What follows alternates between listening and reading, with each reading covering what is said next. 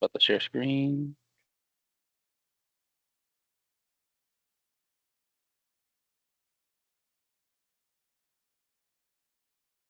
Okay, so Devin's got a problem. Devin's got a couple of problems, maybe a few. Quite a few. Oh yeah. You don't have to care about my highlights. That's just my stuff.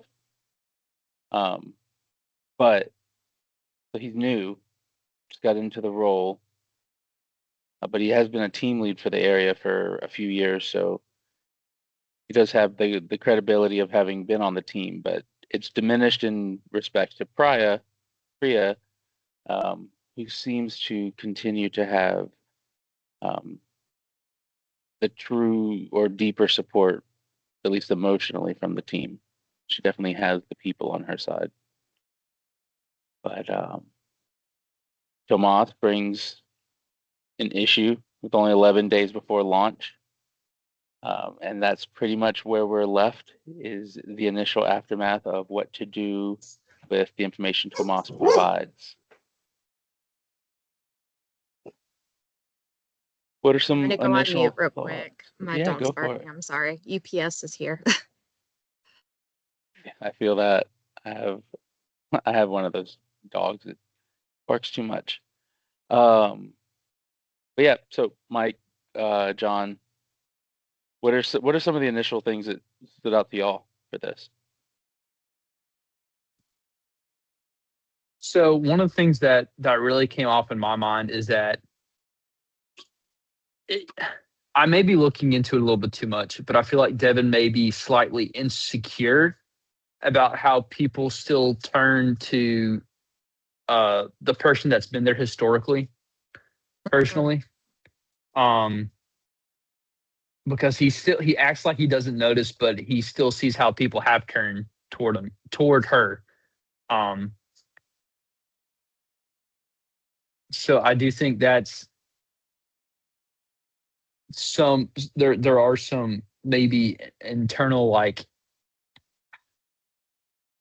maybe some insecurity because he's kind of an outsider,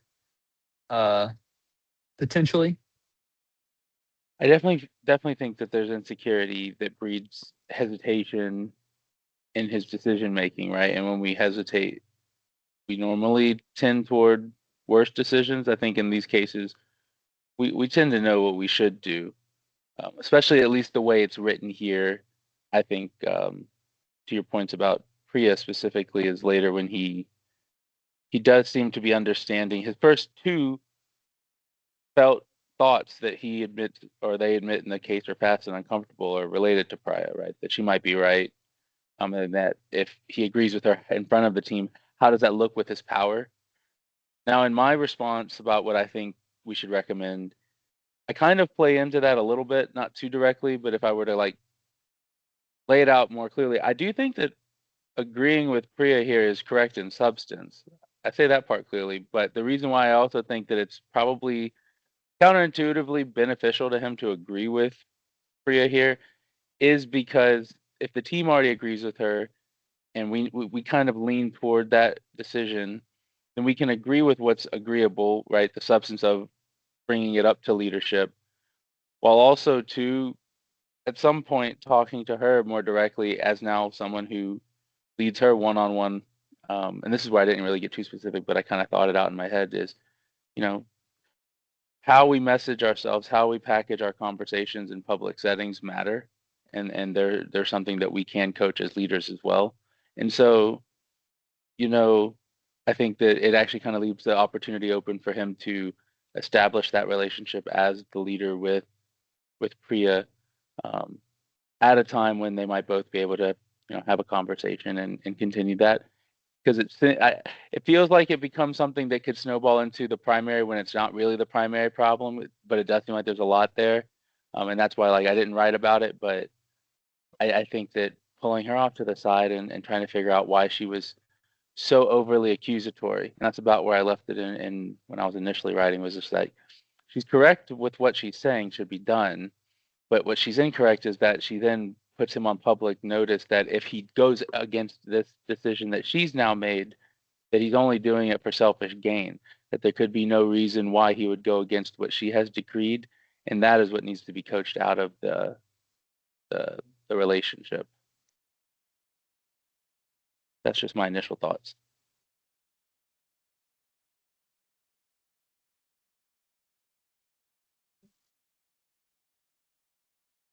Did we get Lauren back yet? Yeah, I'm here. This one was tricky. So I do compliance for my job. I do compensation compliance. So immediately when I saw the 4%, I was like, hold on a second, um, of the disproportion. But then if it was an illegal, I don't know. This one has, when I was reading the case, um, I genuinely was like, I don't know. Um, and then reading about, the team naturally gravitating towards Priya, I was like, okay, so you've got your natural leader versus your established leader, which I think all of us probably at some point have been in a situation where we have those dynamics on a team. I know I have. I don't want to speak for everybody, and it's uncomfortable. Especially when there's a new team, a new leader. So this kind of feels like Devin's first test. So I think that's why there's the added pressure on it of what to do. Um, I think that, okay, Priya definitely has a chip on her shoulder or on their shoulder. I don't know if they have it or gendered, but I can understand Tomas his care about it. And so I think it's going to be tricky, but I think Devin needs to consider I think he's in a tricky spot, to be honest with you. And I genuinely, I still haven't decided what the best approach is.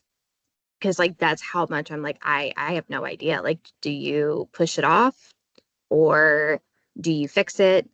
I generally like where I work and what we do, we generally, as long as there's not like a safety issue, generally we go for 80% quality, or have like an 80-20 rule where if it's like 80% there, we keep going and then, it'll get fixed along the way. So part of me thought about doing that here where it's almost there. It's 4% of the applicants that are dismissed or disqualified. Um, or so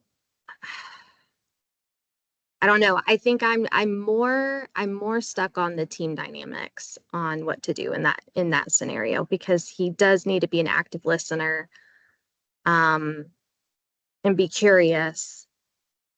But I also think there's an opportunity to explore everyone's thoughts instead of just everyone gravitating towards what Priya wants to do. So Did and I may have overlooked it, but in terms of Priya's response, she hasn't stated kind of what she wanted to do. Her only thought was we need to take it to the VP, right? um let's see. It says Priya with arms folded said the only defensible move was to escalate to Reyes immediately and in writing, and that anything else was Devin protecting Devin, which I don't think is true. I think that there's opportunity for Devin to listen to what the group has to say on their thoughts and then maybe he could form a decision and take it to the VP then and talk to them through it and have a solution ready. But I think, And I agree there. So whenever I was framing it to myself, it was that he would escalate the way she was asking, but then providing a recommendation. yeah, Because as I also think more about that unwritten, but like in my head canon, they're having a one-on-one later. Another thing too that I might want to talk about there, or at least if I'm Devin, I'm remembering about this is we also want to be careful to not just upwardly delegate our problems right, to leadership. right, So that what Priya is saying here involves in no way having provided a solution or a recommendation or a right, solution to the problem. She's just saying throw your hands up now and give it to the leaders, or else this is going to go bad, and this is going to be bad on Right. you and all that. And yeah, the boss doesn't actually want that either. Yeah, that's how I kind of what I was getting there. There is if you've got two solutions. The engineers want to ship and fast follow. Tomas wants to fix it, and then Priya just wants to throw it to the VP. And it almost seems you get the feeling that Priya might be a little jaded in that she didn't get the job, and the first thing she wants to do is like, well, go to the VP because this is a problem, you can't handle it without providing a solution to it. So I'd almost, and Keegan, you kind of hit on that, is to being a new manager there, or Devin being new in the role. I think the wise move would be to escalate it to his VP, but also bring a solution. I wouldn't just, because I think at that point you might, the VP Reyes, I think is the name, or they might immediately start second guessing, like, well, your first problem you got, you're coming to me with no solution, asking me what to do. No, come to me and say, hey, here's our problem. We found this. There's a 4% that are going to get left out of being in the, what was it called, the ship it or split it, and smart split. Yeah. There's 4% that are left out. To me, and Lauren, you kind of hit on that. If you guys look for 80%, 4% to me seems like a pretty small number. And everything that's kind of led up to that has been, we have a hard date. We need to launch. This is our date. This is our date. I would lean in the camp of follow with the engineers, ship, fast follow. And that would be the recommendation that I would bring to the VP. I would keep them in the loop, because certainly I think the last thing you would want is to blindside your VP on your first project, going on your own, making a decision. Then all of a sudden it's, wait, hang on. Why didn't you bring this to me? What happened?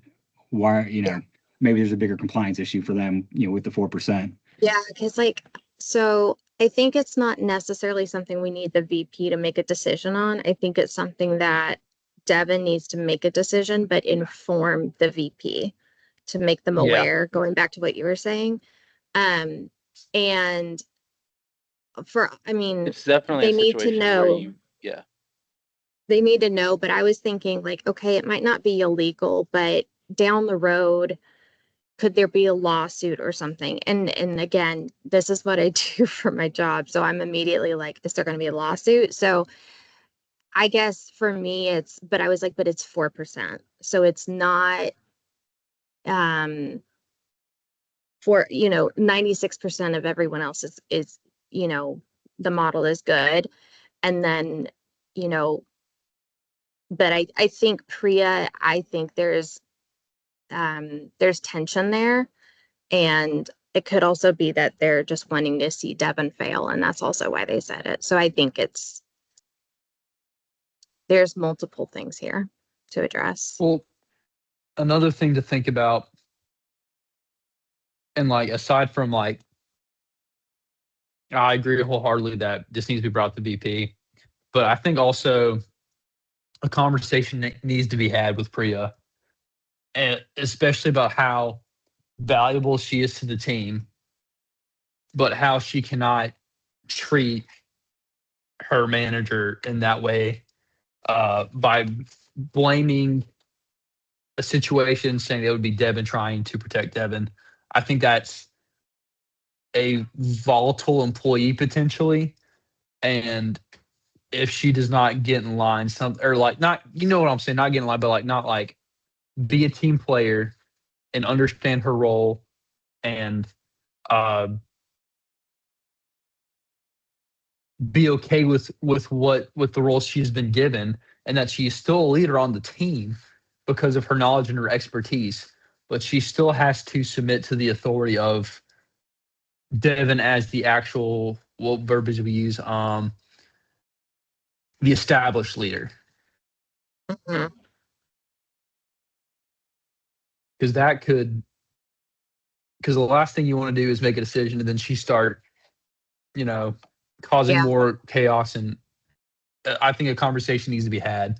Kind of and I'm thinking about this in the, goodness, I can't remember which, not necessarily heard and be heard, but just having difficult conversations with people. And I can't remember which module it was. It was 2 or 3 where we had those conversations.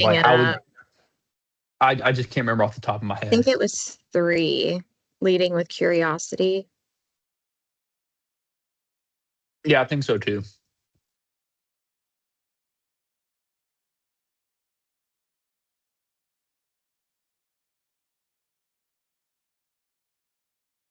Yeah, no, and But here's the looking other back thing at too. this, Mhm. I was just gonna say he's also 60 days into the assignment, so it's not like it's his first week. If it was his first week, I could understand him needing to escalate immediately, but it's 60 days. So I guess to me, obviously, it takes time to get into these positions and everything, but I think he should have a better, I guess, feel a little bit more stable, but obviously, I've never been in that situation as a formal leader, so I could be just talking out of one side of my mouth. Another thing I was Yes, gonna say sir. about Priya's Priya's suggestion too is the likelihood that the 4% would just be ultimately pushed to the side by that boss, by that director, whoever it is above. Because if I'm telling you I'm gonna hold back 96% because of this 4%, and I didn't provide you a problem, there's two things here. It's not just that he's likely to say proceed anyway and forget about the 4% of those customers. It's that in that case, Tomas goes completely unheard. He feels like his problem didn't get resolved at all. Sure, we mentioned it to a boss, but he just watched one ineffective boss bring it to another boss who he now feels is heartless because he just ran through his problem without actually anyone feeling like they needed to come up with a solution for it. So like there are, and depending on how much you want to have like radical candor or radical respect with um with Priya, because she is so well respected and received by everyone on the team, so her influence is pretty large. Um, I might even tell her that where it is that I would remind her like you need to think of better solutions in the future for the team, because if I had followed your solution verbatim to your words, the likelihood that Tomas isn't even considered and that his problem isn't even resolved is moderate. Might not be high, but it's pretty moderate, right? And then I would Yeah. explain to her what I just did to y'all about the 4% and leaders above me. And you know, because she seems like she's someone that I could start talking to a little bit like about like belly of the beast, you know, like some of the textbook Yeah. truths about being in a corporation that most people aren't even aware of as they work their daily life. I wasn't even fully aware of till I started taking these courses. Yeah. Um, Well, and I going think, back yeah. to, oh, sorry, I was just gonna No, say, I'm going done. back to what John was saying, it's topic number 1 in module 3, the curiosity as an inner leader. Um, I'm specifically looking at page 6 because it's saying that curiosity matters, and sorry, slide 7. And being genuinely interested in others' perspectives, comfort sitting in ambiguity without rushing to a resolution, and asking, what am I missing before how do I convince them? So I think, to me, I think he's in that ambiguous phase, and I think it would be good for him to have a team discussion about what to do. Or he could do one-on-ones, and that way everyone feels heard. And if they don't feel safe speaking up, I don't.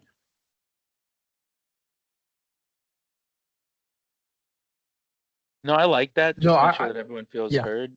I I still feel like I guess I'm wanting to be apprehensive there only for the moment where it's that how much how much do I want to let Priya create a moment that no one else feels like they can speak? Like I Yeah. like the idea of one-on-ones if it got to the place where I can't repair the fact that Priya made it Right. an awkward moment. But I guess that'd be where I wish I was actually living the moment and like seeing it through his eyes and being Yeah. able to feel like the stand-up's energy. Like, did the energy I just completely evaporate and now I know no one's gonna talk? will see, and that's where for me, They left us at a and critical point for that. No one unfortunately, else says anything. yeah, unfortunately, being in HR, I'm also like, okay, but is Priya like, does she suck all the air out of the room, and is she not?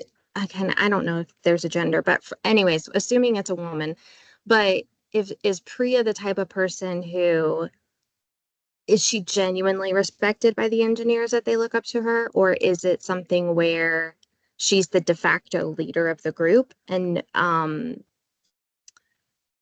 maybe again, I'm over analyzing it, but I wondered, like, does everyone feel like they have a safe space to speak their ideas? And that's Yeah. why I was thinking maybe one-on-one would be better, because then he could, like, because I know I've worked with people that they are not comfortable speaking in a group environment, but one-on-one, they have so many thoughts and ideas to share. So that's why, and I think for me, because I feel uncomfortable and ambiguous reading this, to be like, I don't know what I would do.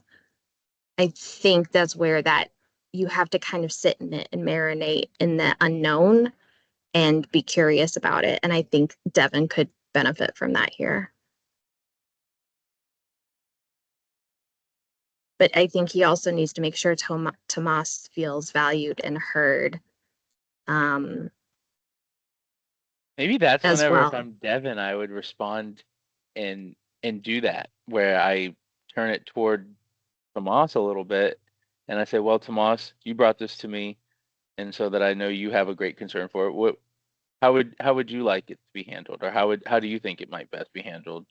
Um, but yeah, I mean, one-on-ones I think are fine. I guess the only thing is it goes back to how quickly I could get them done in that 11 days with everything. Like, I guess at that point, I do start feeling like the urgency of the 11-day window to come up with a solution, because I don't know why, and this is probably arbitrary, but like I would love to bring it to my leader with a recommendation, like with more than 5 business days to go, and if we only have 11 days to launch, like I might have like 3 days to get all those one-on-ones out. And so I know we're getting a little in the weeds, but I also know that like part of this is we're supposed to disagree with one another from time to time and like force ourselves to do that. So I'm disagreeing with you now, by the way. But uh, yeah, I wonder if we have time for one-on-ones. I guess I'll say that, and we don't have to like defend it too much more. I guess I don't really know how that part goes, because down here it says we're supposed to like force ourselves to disagree. Well, also something that's not brought up, and this is currently going on in my workplace. Um, what are the possibilities of getting a fast fix in before the time frame? Are people open to potentially working on shifts 7 days a week? It's not a great morality thing, but what if that was one of the solutions presented, and overtime or comp time was provided as a incentive?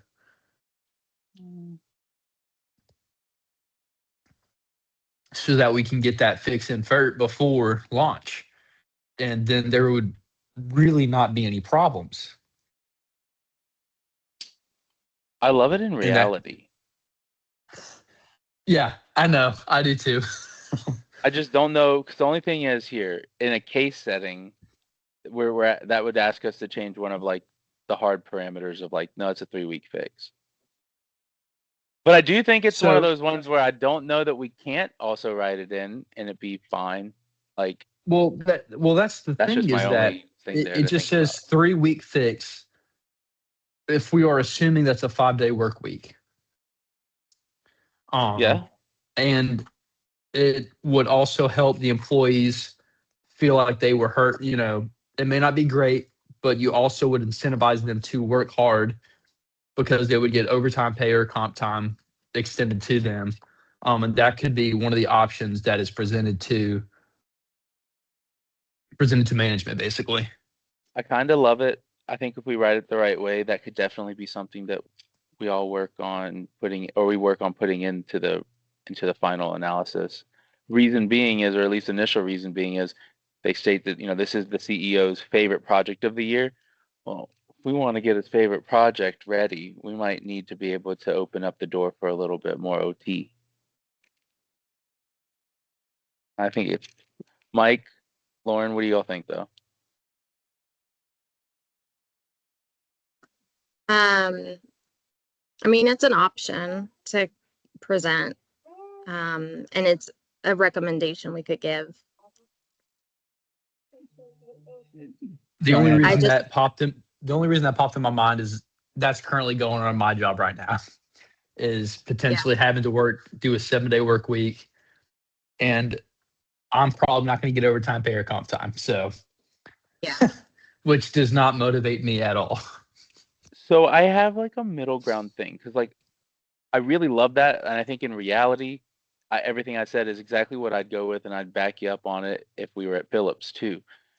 But since it is talking about the hard parameter of a case, and I kind of can't get around that in my head, what if we take this second part of this highlight here and consider what we could do there in the 11-day period? Nothing would show up in the launch metric.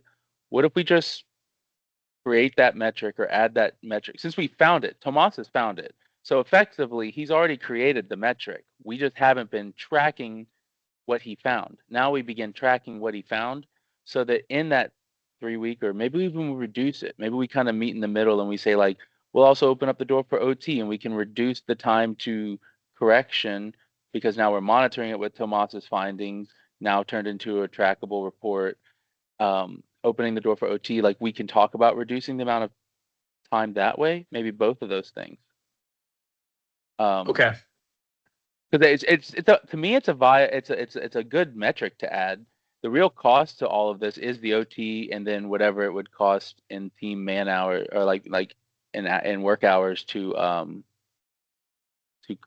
create the report, but the report's kind of already created because whatever he used, he found it that way. It might just be a filtering thing for a report we already have. But yeah, no, just something that I thought of in the middle there because I really like where that goes. I don't want him to come. I don't know if the professor comes back later and says it was always supposed to be 3 weeks. You tried too hard. in No, the wrong spot." he said there's no right answer. That's true. That's true. What I was also thinking through was, so Devin has a 7-person team. So we know that 3 of them, one is Priya, and then the 2 want to do the fast follow. But that's still leaving 4 people that besides 3 besides Tomas that haven't spoken up. We haven't heard anything from them. So yeah, I think a recommendation, definitely they could do overtime to fix it. Another option is I don't think it's worth delaying the project over by any means because I've had those fun conversations. But if where it seems like it's at, I don't think there's a recommendation to delay it. I think to me it's just a FYI. And then they're always going to need to improve and recode, make improvements to it. So that could be another option, is just make that one of the first, improvements that they need to implement and watch it. I think we're all kind of in consensus that like there's really no reason to delay. So I think that's a good. Mike, what do you think? Yeah, I agree. I would feel there's no reason to delay given that I can't get 4% on my head. So you're saying 96% of the customers will be satisfied, 4% will not. To me, I wouldn't delay something for 4%. Because they want us to disagree. I'll throw a disagreement out on the overtime. Because it's 4%. Is it worth the cost? I don't know how many engineers they have working on it. Like what the cost you would pay in overtime to reduce it from 3 weeks to call it 2, or if you work 2 extra days, say, like, is it worth the time to save to get that 4% back or get the 4% within the system? If it's not illegal, if you're not discriminating on a protected class, or if it's somehow filtering that out, no system is going to be perfect. You're always going to run into problems. So from looking at things from a financial perspective, I don't know if I'd volunteer. Oh, let's spend more money to get it fixed quicker. When again, you're talking about 4%. I don't know how large the customer base is, and how many clients it could potentially be, but it may not be a lot. Yeah, no, and to your point, that's more where my pure decision would have gone with why I was creating the metric, so that in that 3-week period of time, you're just tracking how many. Because if you can see what type of customer gets missed, you could probably see transactionally which specific customers got auto rejected, and then we could go back and work on a solution after the 3 weeks whereby we send them an email and say like, hey, sorry for your preemptive rejection, but you're actually approved. Or even to that point, could you not, if you know what is going to get kicked out or which customers would ultimately get kicked out, can you not reach out to them ahead of time and say, hey, we found a bug. You're not, if you get a rejection, because I would rather tell them up front, hey, you may get a rejection, but it's not accurate, instead of you get rejected and then turn around and goes, oh, turns out you can. It makes you just feel like you're an afterthought and just they need more revenue. And well, now you're all of a sudden approved. So for me, it seems like this is like an affirm. So they're not going to, like, the applicant's not going to know until they get disqualified. So maybe it's something where they raise it as a concern to maybe have a human check it. Like if the person gets disqualified, maybe have a human check it. Or I think that might be overkills, but that's just the sense that I get. Like I had that in my head too, though. So like the metrics that in my head we create, and then over that 3-week period of time, yeah. I had in my head it's my team, or Devin's team rather, it's our team that we're tracking that in some way, or we're working. If it's not our team specifically, but yeah, I was, because I think the 4% of people, it really matters, especially if it's disproportionate to a demographic, because that's another Yeah. thing too. We're minimizing 4% because that's the aggregate population of people that might purchase this product. But that doesn't say that in this particular group of people, we don't get to know if it's 33% or 50% of those people, or if it's only 20% of those people. But regardless, it's likely much greater than 4% of that population. It's Did it say, and I missed it, and I'm like whacking like I don't know? 4% of the applicants are disproportionate. Hold on. The model leaned on an income stability signal that was missing or stale for a particular slice. 4% of applicants who were disproportionately lower income and younger. So that Right. 4%. And so what I mean, yeah. What I mean is, though, the 4% is the total of anyone that was going through the process, and that within that 4%, we know that their demographic is lower income, younger, so that anyone who was lower income and younger probably got rejected at much greater than a 4% rate, because the 4% is just them as a population versus the entire applicant pool. I'm just saying, like, the devil's advocate to anyone that would want to pause it entirely is because it really looks like you're just trying to hurt the poor and the younger, because it probably is like 1 in 10 or more. I would safely assume like at least doubling the 4%, like 8% of people that are lower income and younger. Is that But tracking? we also don't know that the 96% doesn't have lower income and younger either. I think it's just to me this sounds like outliers. Yeah. Potentially. Yep. That's So what it sounds like. you're saying that when you read this, the lower income and younger is correlation. They're not saying it's causation. I think yes, and it can get fixed in the future. As long as it can get fixed in a future patch, I think that's good. But to me, this also sounds like some sort of outlier of like someone who are so young or so disproportionately lower income, yada yada yada. It may be on both sides of the spectrum of like, this guy's young. Yeah. He has, I don't know what the criteria he has no credit. is. He's young, he has no credit. And then you could So have he's a not lower approved. income. Yeah, and you could have a lower income that maybe their debt to income ratio, like they're maxed out. So of course they're going to be declined. Like it's not, I think if you bring in that like real world logic that I'm sure we all have with applying for credit and those types of things, that could explain the lower income and the younger piece as well. I think those are potential justifiable reasons that we could say, okay, we're going to explore it and watch it. But to Mike's point, it's probably not worth the investment to have overtime, but it is worth the investment to watch it. It's just going to be a punch list item versus a right now item. I think that was great. again, that was devil's advocate. I don't think that we need to stop. No, I mean, no, but I mean, it's a very fair point because like I got the sense with Tomas that there's um there's an emotional part to it for him because he's an I think he's low associate. income younger. He's low income younger, so I think he's taking it personally and he knows like they look like him. So These are my people feelings, yes. yeah, uh-huh. Mm. It's how I get when I have to remind myself to not get all girl power sometimes. So like I think that's where it is it he feels like he feels empathetic to those people. No, I Um felt that my even when I was playing devil's advocate, my empathy welled up. That's why I was like, it's got to be much higher than 4% of these people that are actually yeah, getting impacted.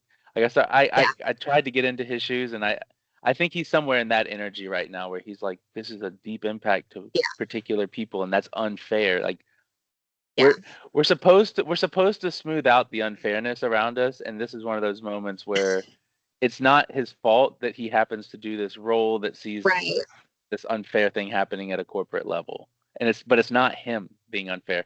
I feel like he's right. also kind of twisting that part of it where I've been there. I wrote a multi-paragraph email once to a leader where I was like, we really shouldn't be doing this, and he came back and just said, we need to have an enterprise mindset. Yeah, What's good for your role is not always what's good for the entire business. And I was yeah, like, that yeah, he was right at the end of the day. Um, yeah. but I've been Tomas before. I think we all have at some point, especially early in our career. Um, I know I have, and it also like the way that Tomas approached Devin one on one and was quite like looking at his shoes. Like maybe I work with a lot of engineers, but like I know the exact type of person Tomas is. So that's where for me I was like, okay, like I get it. Um, but then the other part of me, like I said, I do compliance, so naturally I immediately was like, well, this has to be fixed. But 4%, it's not illegal. We don't know if it's a causation or a correlation.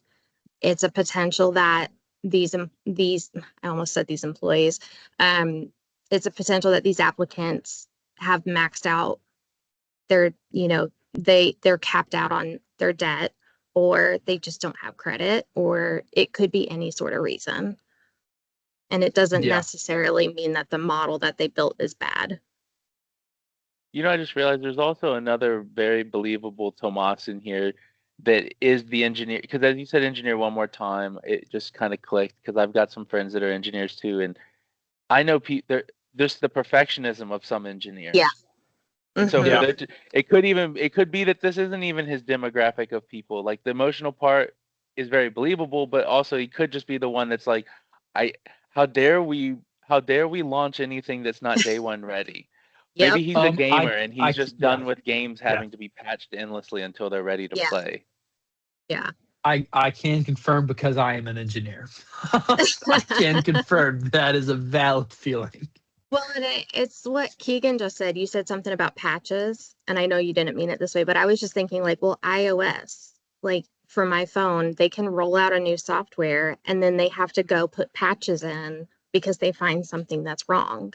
And that's exactly So, what I was. Yep, you're yeah, exactly on point. Same thing with games. yeah,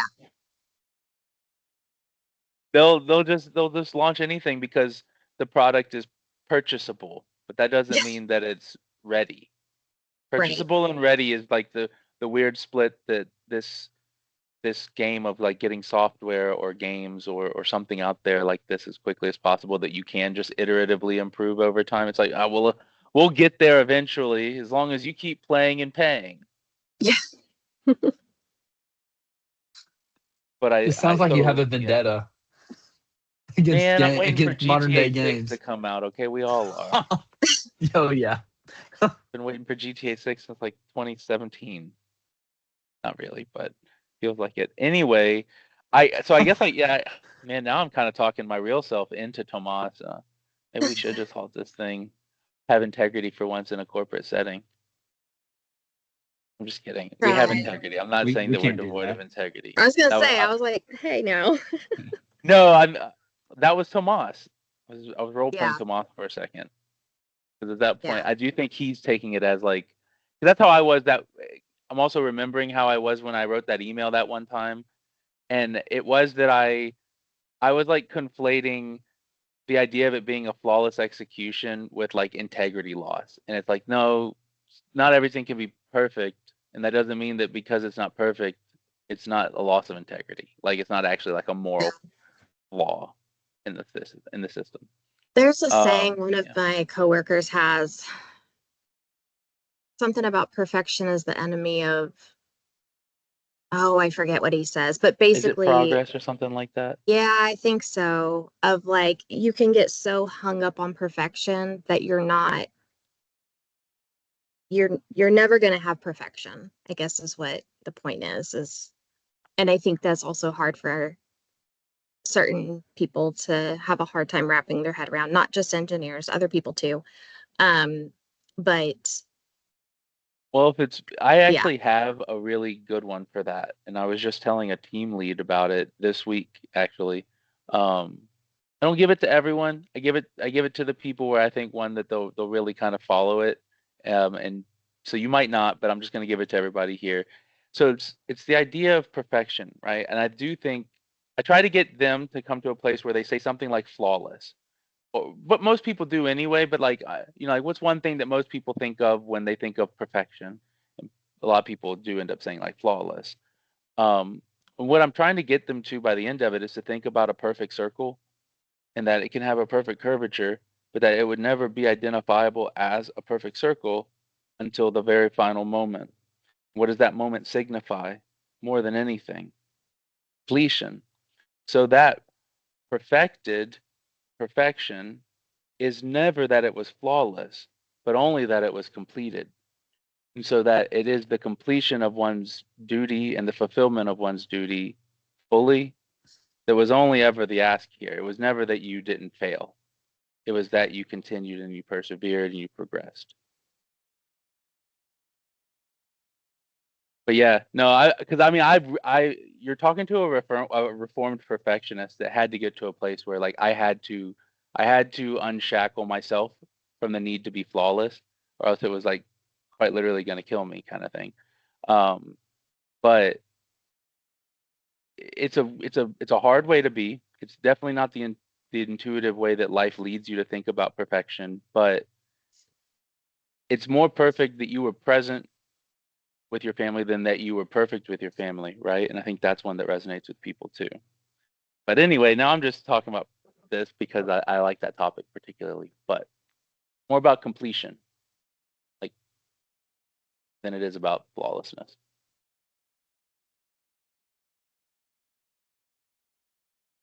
I know.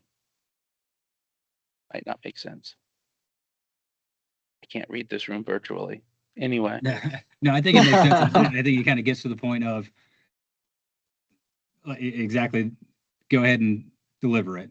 It's completed, but it's not flawless. And Yeah, again, you can it's come back, definitely you can knock it out. So feelings are going to get hurt. It just, that's life.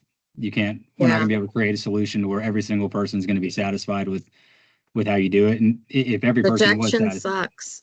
yeah, it just, it's, you're talking about the one-to-ones, trying, I don't know if we have time to do it, but once you launch, kind of then you got more time to bring people in, sit down, understand why we made the decision, still address their concerns. That way they feel heard.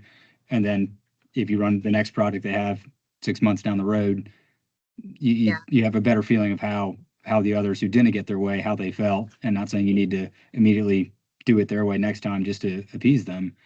Yeah, because if you think about it from a flawless perspective too much, I might not want to have those one-on-ones after the launch because they no longer have the same value that we wanted them to have. But I do think it's better to have had the one-on-ones than never have the one-on-ones because it's always going to have felt better for the team member from their experience to have spoken their word to you as their leader. Yeah, but you don't think about that's a good one. Good point. Yeah, and it wasn't so much like one-on-ones. Maybe you get together as a group because we do this. That if we have an event or something that happens, we work through it and then we circle up as a team and just kind of recap, like learning moment. What were our learning moments from this? And so the next time we did it, we know, okay, last time we did this 6 months ago, we ran into problem XYZ. Now when we hit the problem, we can then, tackle it head on. So maybe not individual one-on-ones, but kind of just a group meeting of what did we learn from this experience? Yeah, we do those on our projects. We do after action reviews.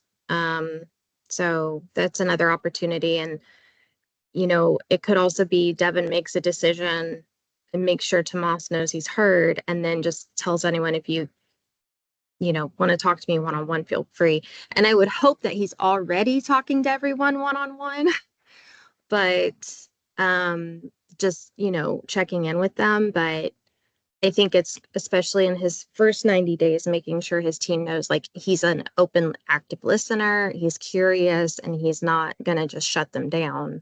And he wants to hear what their thoughts are. Yeah, to that point, Tomas might deserve his own one-on-one about this just because he found it, Yeah. Yeah. If I'm thinking That's about valid. Tomas again, yeah. 'Cause I definitely want to make sure he feels good, because if he doesn't feel good and then he starts spiraling Yeah. and all he wants to, He's, I don't want collusion to start happening if it is the yeah, I was gonna integrity say drive. Devin's already got Priya. Don't tell Priya that there's someone, Then all of a sudden, yeah, then next week's episode, it's actually that Priya and Tomas are ganging up now and just like really casting shadows over your leadership. Yeah. It just sounds like, I mean, one of the first things he has to do is probably take a breath. Yeah. Have a conversation with Priya about how to deal with her not being the leader, her not being the established leader, but her being the leader of knowledge in the working group. And then they need to reconvene together with the rest of the team and come to a solution, not just notifying management, but have a solution to alongside with the management notification. And then they can, then they roll from there. Because I mean, the last thing you want to do is have Brea go rogue and basically, start her own little thing and her send the email to management over his head or something like that. I just have a mental image of Dwight asking, "Do you want to form an alliance?" in the office. Yes. Yes. No, like anything Dwight related where he's being way too severe Yeah. and like dark. Yeah. Yeah. Because we always laugh at it, but like that's how it gets, especially for Yeah. team members that Yeah. feel wrong, because then they feel justified to feel that you are the person that wronged. Like then they feel justified to think that you're bad, and then it just gets bad quickly to where like all of a sudden they're CCing HR during normal business communications, where then HR replies and says, "Hey, please don't CC me in here. They're just asking you to do your job." I would like to unsubscribe. Subscribe. Yeah, I'm sure that's happened to you or something similar before. Uh-huh. And that's a new one for me in my first 6 months as a manager, where I'm like, "Oh, hey there, HR people partner. I didn't see you there. All I did was ask them to look at this report," and you can see that in the email chain, Yeah. and then yes. Yep. So that's the other thing too, is I want to do some of these things I'm learning in the first 6 months as a manager now. I want to think about Tomas and Priya in these ways, because I also want to save them from themselves. Because I have one team member where I don't know if I'm able to save her from herself at this point, and she's Yeah. kind of just unraveling in her experience Yeah. at Phillips right now. And I'm thinking that some of it could have just been, I don't think I was the problem, but she just wasn't. No one talked to her and managed her well enough before, and then she's angry in the way that I think now I can see how Tomas gets angry if it doesn't get managed well, or how Priya gets even more resentful if it doesn't get aired out appropriately. I've worked with Priyas before, and they always get in their own way. Yeah. It's almost like that first discussion problem, or not discussion problem, but question we had, where you had a high performer that just kind of rubbed everybody the wrong way, and Yeah. it seems like Priya might be that person. That's literally been the person in my mind's eye during these discussion boards. Is my high achiever who will knock it out, finishes every day at top 3 of like most productive out of 12. But I call it scope creep. Cannot just care about her own lane and her own lane alone to save her life. She's one of those. Yes. And it's Yep. every day there's a new project that she thinks is bad. So like honestly, it's like imagine if Tomas was bringing you 15 things that you knew were like business invalid. There's like Yeah. not now, maybe not ever. They're nice to have ideas, but she's just percolating. I often think about it like that. She's just over there bubbling. I'm like, Yeah. stop, stop. Yep. You're killing yourself. Percolate is a good word for it. Yeah. Okay. So for the next session, we need to start the group recommendation. So how do y'all want to approach this? Yeah,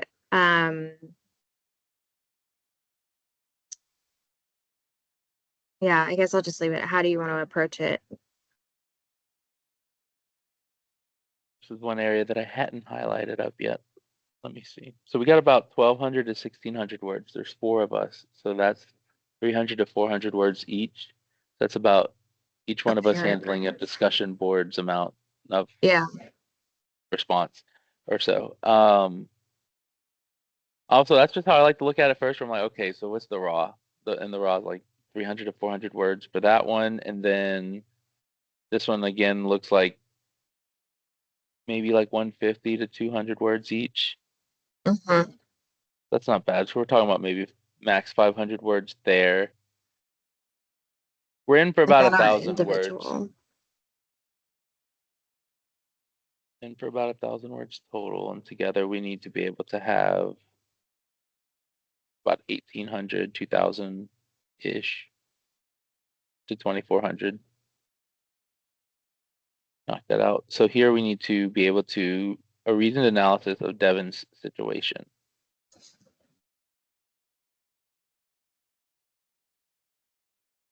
There are 4 So I bullets guess here. there are four bullets. I guess I'm one of those people I need to take like 24 hours to reflect on what everyone says. And then I don't know, does everyone have a recommendation already or do you want to chew on it? I did write a little pre one for myself, but after talking it out, I'd even want to go back to that one that I did write and like probably add some things in, maybe even get more specific because like I know I'd said some of these things I was thinking about but I hadn't written in.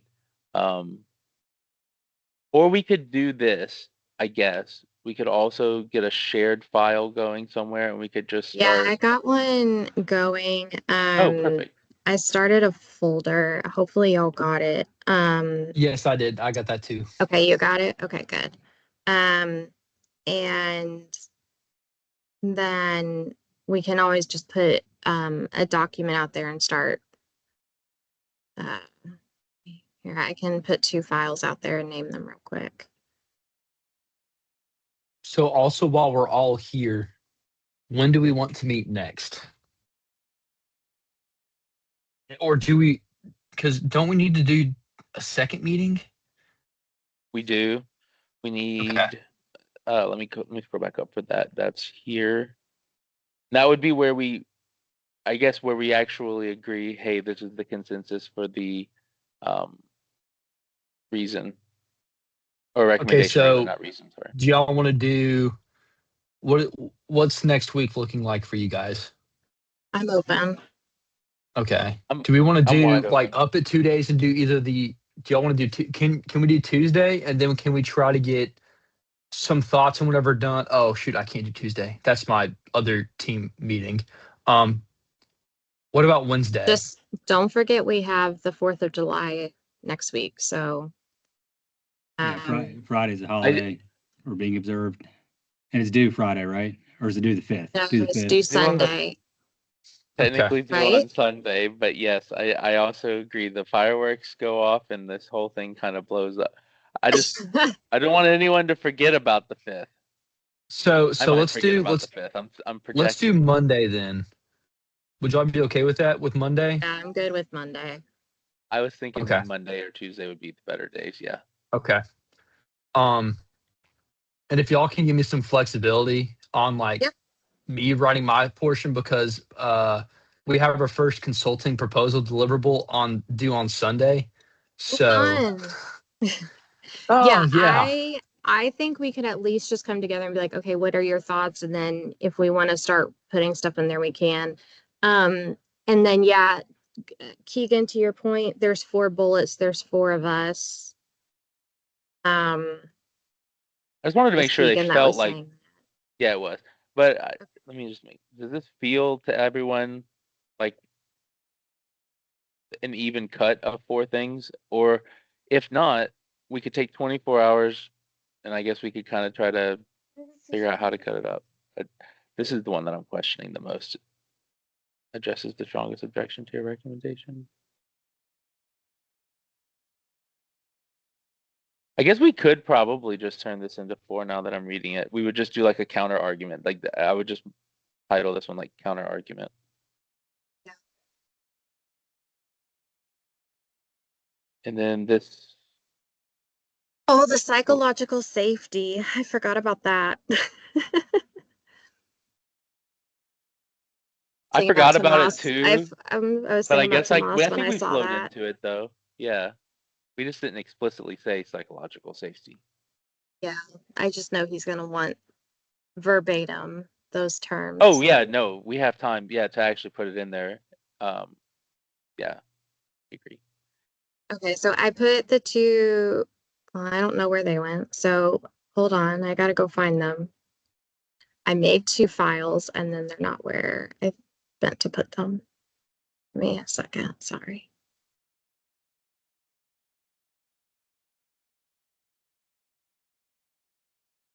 Okay. I just sent that out. Let me know when y'all get it.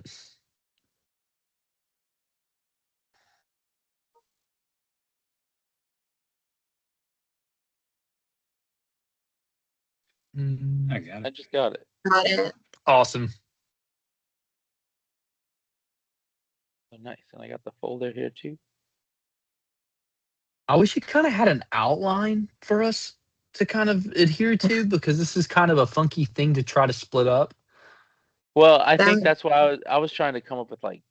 So for me, this is like, and I can take this one too. By the way, I'm kind of interested in it honestly. Counter argument, where like we just come up with a scenario that would be like a complete opposite. So like we're not going to stop the process. I think this is like where we come up with a recommendation that sounds valid, where we would stop the process. And correct me if I'm wrong in that understanding of that bullet. No, that's what it sounds like to me. Okay, Yeah, and so I like that think- one I would call yeah. counter argument, and then just figuring out what this one's called. You know, and then like this one obviously just being like our recommendation or final recommendation. That third section you can call course applicability. Yeah, there Yeah. you go. Course application, course applicability. I love that. And then this one is something along the line of your intro or I think not that's like abstract, summary. but summary. Hang Yeah, on. I executive can summary. give me a second. I can at least put the bullets in here for like the sections. Okay, so we said executive summary for the first one. Yeah, I like that. Well, I said that, so I should like it. I guess I shouldn't say I like it. And then what was the second one? Final recommendation or something like that.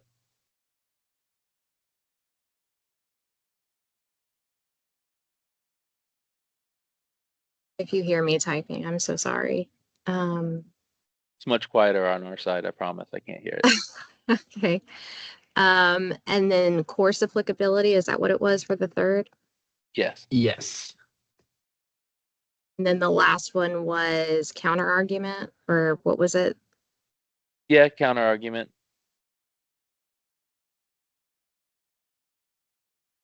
Unless anyone knows of another thing that they'd prefer to call it in that case, but it'll just effectively be a counter argument. So my question is do we want to restructure this so you present the counter argument first and Oh, then wait, your you know what? recommendation? Should it actually, now I'm reading it a little bit clearer, I think. Should it not be a full counter argument, or should it just be that I would dissect our recommendation? Like, am I just supposed to pick In apart the ours? final recommendation. Well, like whatever we write for the final recommendation, I actually think, because it's supposed to be addressing the strongest objection or objections to your recommendation. And so now I'm thinking it's actually that I'm supposed to not so much provide a unique standalone counter argument, but just poke holes at every point. So like since we are thinking and leaning toward proceeding and not halting the project entirely, I think now bullet point 4 lends itself to we responding more so like, actually, we should have stopped, and here's why we should have stopped. Or Yeah. like, Yeah, if I we agree. decide that we're not going to do the one-on-ones, well, let's go with what we're leaning. We're leaning toward doing the one-on-ones, maybe a counter argument to why we would keep it like an open and public conversation for some reason. That just throwing out examples. We would probably want to wait to see exactly what we're landing on, obviously for the recommendation, but then we could maybe kind of come together and figure out like what the biggest points are there, or I could do that part once we see where we end up landing more specifically on the recommendation.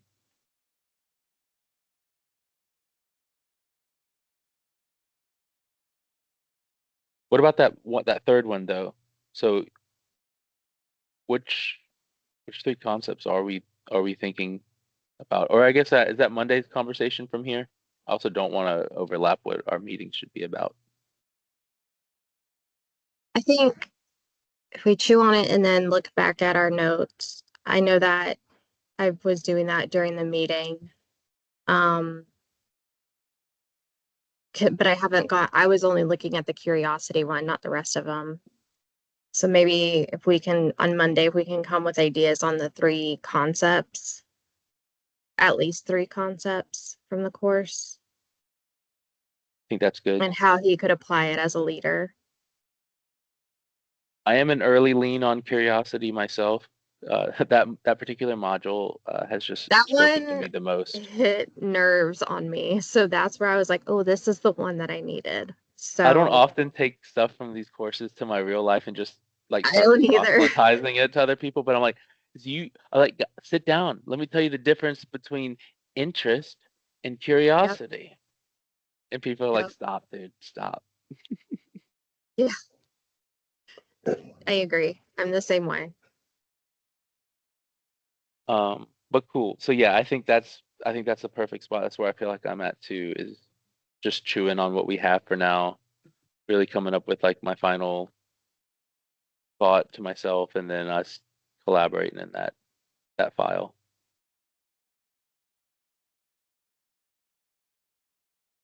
Do we want to figure out who's taking the 4 though? So like, I can take the 4th one if we're cool with that. I think I'm cool with that. I can take the 3rd one. I'll take the first one. I'll take the second. Boom. I like that. Well, cool. So I have gotten my facilitation out of the way. We're not supposed to actively talk about those things, but we'll see who flows into facilitating.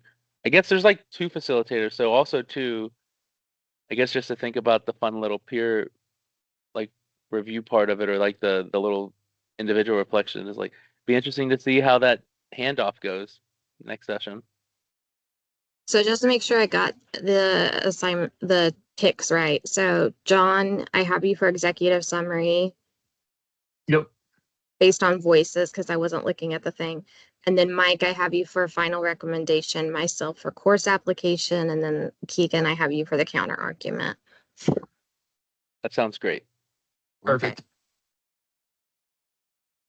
All right. And then I think if we just chew on it and then come back Monday, and then we can get our final recommendation started. And then obviously in the meantime, if we have thoughts, we can go put bullets and thoughts in the document. And John, Mike, I guess really anyone, I think from bullet, from the first one down, if you want to get started, I think those two are obviously not the second one. Maybe it is just John. John, I think John, if you wanted to get started, you could, right? I mean, if you needed Yeah. to get ahead of your writing, you don't have to. I'm just trying to think of like if anyone was trying to move theirs, yours might be the only one that could move before the next meeting. Mine No, might be a minute too, because I've got a paper due for IT on Sunday, but I can at least start. And for you guys as well, like if you think of any of the course application, like I'll definitely be thinking on it and putting just bulleting it maybe for right now. Yeah, and that was no pressure intended to like actually get Oh, started. no, That was no. just me I thinking know. out loud. I was just setting realistic, like I have another paper on it, case analysis due on Sunday that I haven't started. So, Which course is that one? information, uh, information technology, oh, info systems for competitive advantage. who are you That's the taking one that that we with? have to take. Dr. C, The don't Gilsey? ask. Yeah. I had him. He wears a lot of white. I don't know if he does when. Well, actually, I took him last summer. Is he wearing a lot of white this summer? No, he's wearing a lot of really tight polos. Well, yes, he He's works a out. cool guy though. He is cool. He's He's cool, but he's memorable in like his dress for me. Yeah, I haven't seen him wearing too much white in his lunch and learns, but yeah, he's the only professor I've had at Auburn who actually like dressed in a suit and tie for their recorded lectures. So he's very interesting. And I'm way out of my comfort zone in it, so I'm struggling. And I I think didn't he is a do too very well cool on the guy, but yeah, exam. his class wasn't my favorite at all. No. I try to avoid the ones I with information in the title if I can. Yeah. I don't think I need to see who I took for it because I don't think I had exams. I just had projects. Yeah, no, he has an exam and projects, and then I haven't used ProctorU in a year and a half, and his exams are ProctorU, which I stresses me out so much, and I was having Oh connection yeah. issues, Thank and that you. was the They connection stress me issues out too. were ironic for the class that it was being taken for. Um, and we, when we were at Camp Harbert, a lot of us told Dr. Wesson that we were like, we hate ProctorU because there's issues and the proctors, like, they don't read the instructions or they don't, anyways. Um, and then they were like all short answer, so no multiple choice or anything. And I froze, but yeah, um, it was super stressful. It's not my favorite class. No, when I took it with Dr. Wang, I think was his last name. Yeah, that's who I took Yeah. it with. Yeah, Sorry, and that's what I meant. I was in the middle of typing on ProctorU and I had my head down typing and it just Yep. submits. And I'm freaking out. I'm taking screenshots of every Yeah. conversation with all the admins and I send it all to him Yeah. like, hey, I wasn't done. I had 45 minutes left or something. It just submitted Yeah. on me. And he was nice enough. He said, hey, here's the last question you didn't answer it, send it back to me and I'll grade it. Yeah. And I was like, that is awfully nice of you because I 45 don't know what minutes. happened. Do what? That's 45 minutes. I had that happen to me on one for like 6 minutes. 45. Oh, That's crazy. Oh yeah, I did just, and I don't know how it happened, but I was just in the middle of typing, all of a sudden submits. And then, No, I know it that's happens. crazy. Like I said, it happened to me once, but not for 45 minutes. They actually, Well, I did. Mine happened with Dr. Yost though. It was in the finance course. well, Dr. Yost is super cool. I'm He sure he is. understood. He Yeah, did. this one, it wasn't letting me submit it. And then, so when I was first going into it, I recently changed my ProctorU pass or my Canvas password when Canvas got hacked by the pirates. I went and changed my password. And then of course I was like, shit, because I didn't remember it. And so I had to like stop the session, get the password, try to remember the password because I didn't want it to be obvious that I had something in front of me that I was writing from. Anyways, it was so stressful. And then the connection kept breaking, even though I was hardwired into my internet. Anyways, I hate ProctorU so much. And when he said we use ProctorU with closed exams, I was like, or closed book exams. I was like, are you for real right now? So I take cost analysis next semester and international business. So Internet. Oh wait, where's that one gonna be? Do you know? we're going to Spain and Portugal. Oh, that'll be Yeah, fun. that'd be fun. Yeah. That'll be a lot of fun. Nice. Barcelona and Lisbon. So yep. I'm really excited. Lisbon's one of those towns whenever you read those articles like where should you go if you're an American and you don't want to live in America anymore? I've seen Lisbon on that list a number of times, so I'll let hopefully you y'all really know. enjoy it.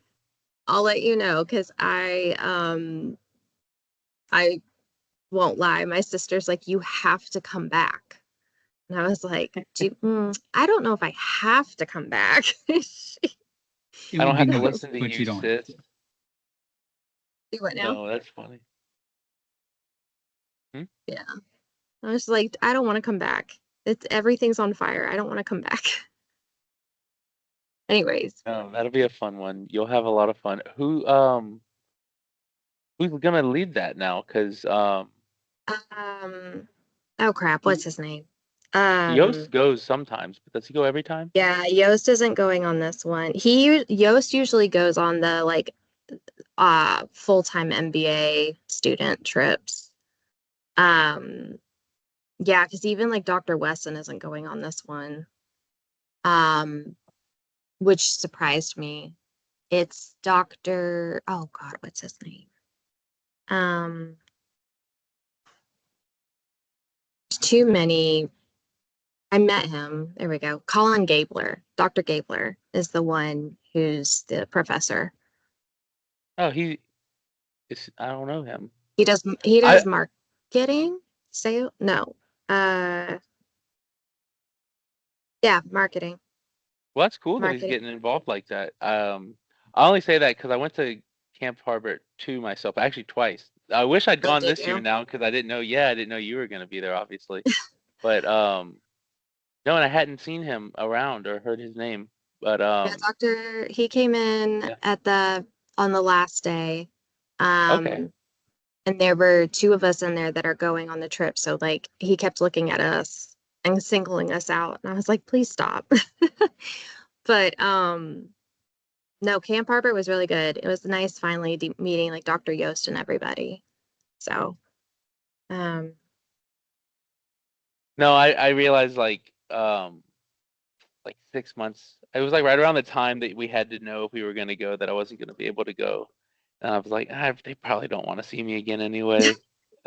I wasn't the only one that had been twice. yeah. Actually, a buddy of mine, Brad, had been twice too. But Oh, really? yeah, no, it's definitely. Hey, for the other two guys, Mike, John, if you haven't been, I highly recommend it though. It's a lot of fun. Yeah. It was really good. It was good seeing the campus. And then we went to the Samford Clock Tower and Oh, got to they look did out get of you in the there. tower. Good. Yeah, we got in the tower. We went Oh, to the that's Eagle awesome. Nest. And then they had the Raptor Center come visit us. So we got to see the birds. And that was really cool. And like it was a really good program. Yeah. And So then I was spoiled. Oh, sorry. No, keep going. Keep going. no, keep going. No, you're good. I was just gonna say it was really good. So if you haven't had a chance to go, try to go next year if you're here. Well, I was spoiled. I grew up an Auburn fan, so Gotcha. my dad was a biologist too, so it was honestly super cool. Like my dad had connections with the Raptor program, so at the national park Oh, in Mississippi, um, I don't know if y'all have ever been to Gulf Islands National Seashore. mhm. It's in Pensacola, Florida, and it like spans to Ocean Springs, Mississippi. Basically, it's Okay. 90% water, but we do Earth Day every year there at the park, and my dad had connections to the Raptor program, so they would bring all their Eagles down. It was honestly super cool. That's so cool. But when he retired, like that stopped because I mean, he retired. But yeah, Yeah. the Raptor Yeah, program's super cool. It was really cool. They brought I think it was six different birds. They brought Indy, the bald eagle. Oh, Um, that's so cool. yeah, she was absolutely gorgeous. And one of the guys that was there, he's from Philadelphia. Oh, So that's awesome. the first day, like at the dinner, he goes, I just want to meet Indy. And I was like, what? And he's like Independence. And I was like, oh, and then like I put the dots together of what he was talking about. But so yeah, when the Raptors came and they were there and I just like looked at him and he looked like he was in the presence of a celebrity. It was so funny. Oh, that's Um awesome. yeah, so but she was so pretty. She was so pretty. They were all My beautiful. wife lucked out and got the greatest. So I I live in Huntsville, so I'm only like three and a Oh, half you hours do? north. So I've been I live taking in advantage of Athens. Oh shoot! Wait, that's Oh, my crazy. in-laws live in South Huntsville. My wife went to Grissom. Do they really? Oh, Oh, wow. Yeah, they Okay. work look at on the this. Arsenal. My father-in-law works on the Arsenal. Okay. Yep. Oh, sick. Well, we went Anyways, to you were the saying. Oklahoma. Anyway, We yeah, went to sorry. the yeah. We went to the Oklahoma game. My wife and my father-in-law went to Oklahoma, so he's an Oklahoma alumni, and my wife grew up Oklahoma fan, so we had to go to that game. And Congratulations so, yeah, to them.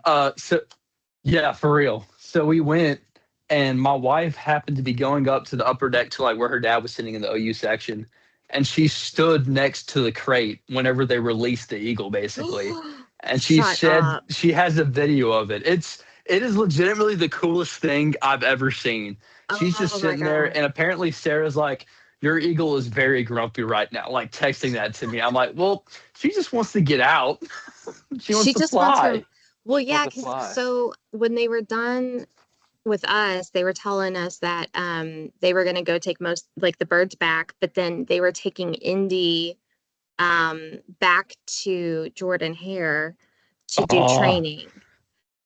that's And so cool. I I looked at Will and Percy and I was like, do we have to do the rest of the day or can we go to Jordan Hare and watch them train her? We had to go do our day, but we couldn't go watch her. But yeah, I just wanted to like go watch them do training and yeah, they let her out of the kennel and then in the middle of That's the so field cool. is where her mouse is. So it's really cool. That's still the coolest tradition I've ever seen in college football, and Yeah. I don't think anybody can beat it. No, I, it's so great. it is. It is. Did Jordan give a Anyways, campus tour, Lauren? did I what? Yeah, he Did, did. He did the campus oh, tour. okay. I was just thinking about it because He, he tells the stories about the different war eagle, like yeah, how it got the yep. name. He was telling us the different stories about how we got War Eagle, with the Civil War soldier and then the train in World War One. And then yeah, he showed us all this stuff. It was really He's cool. just so Like nice. Everyone that's is, but and it's so funny because one of my coworkers because when he told us about his you know like his journey at Auburn, I was talking to one of my coworkers who also happened to be one of the like do the tours for the future students and everything. And so I was like, hey, did you ever work with Jordan Holiday? And she goes, yeah. And I said, oh, okay, so he's like over the program now. And she goes, what? So, or over recruitment, I mean. So yeah, that was pretty cool because Oh, a that's lot of my cool. coworkers went to Auburn, so I was telling them about it. But yeah, so one of them actually did tours with Jordan. So and that's what makes it so cool like to me anyway. When I was getting the tour from Jordan, is like he's been doing it since he was just a little campus tour guy in yeah, undergrad himself. Like, and you can tell he enjoys it. he's been there forever and he's from there. I was like, there are other places, but he just loves it that much that he just loves it. Um, Yeah. and I was telling my coworkers, it's like after being on campus for 3 days, because like I've visited obviously, but after being there for a few days, I was like, no, I definitely see why people feel the way they do about Auburn. And so when I realized I only had 5 classes left, I kind of got emotional because I was like, oh my God, I'm gonna graduate next year. So anyways, yeah, I get it. It's a good program. So I've been trying to sell it to other people. Well, at least you're in Huntsville. There's a huge alumni chapter there. There's a There is one. huge chapter here, yeah. Yeah. And one of our directors at work is he is trying to like start an unofficial alumni chapter. So he's been emailing stuff to all the anyone who has like identified Auburn in their education. So he's trying to, but yeah, he was letting us know about an engineering workshop that Auburn was doing at the. I didn't even know we had a research engineering research center in Research Park. I didn't either. I knew we had the farm because I live north of the farm, but I didn't know we Wait, had there's the a farm engineering. here too? Yeah, they have a farm out on Mooresville. I had no clue about the farm. A research farm, yeah. So they do. That's crazy. Yeah, yeah. So I knew they had that. I just didn't know they had the engineering one. Interesting. That's super Yep. cool. Yeah. So one of the research assistants with the department, with the ag department, she was in my Camp Harbert. And so she was like, well, where do you live in Athens? I was like, well, you know where the research farm is? She goes, yeah. And I was like, 5 miles north. She goes, gotcha. So that was pretty cool. But anyways, I could talk forever, so I'll stop. No, same. I could too. That's why I started doing my listening instead, because I was like, well, if I keep interjecting, I'll have something to say. Don, which part of Huntsville are you in? I'm in South. So technically, I'm in Madison. I'm in South Madison, like right off dessert. Oh, My yeah. wife works for NASA, so I let Oh, her so get you're the right easy. at the Dude, Martin Gate. that's cool. Yeah. So Yeah. I work for Lockheed off Bradford. Okay, I work for Boeing, Oh, off sick. Jetplex. Yeah, at the Nice. end of the runway. Well, So, if you have any mechanical engineering job openings, let me know. oh, we have so many. We have a lot open right now, from what I understand. I haven't gone out and looked because I'm not on the recruiting side of HR, but that's what my recruiters tell Gotcha. me. Yeah, when they're like, you're HR, I'm like, I'm not the recruiting HR. Dang it. I'm the money HR. Oh, hey, so I get a job and then I talk to you. You don't talk to me, but I'm like behind the scenes, yes. Gotcha. Yep, that's what I do. All right, guys. Well, I will talk to you Monday. Y'all have a good weekend. Stay safe. Y'all too. Sounds day. good. You guys too. See y'all Bye. later. Later, guys.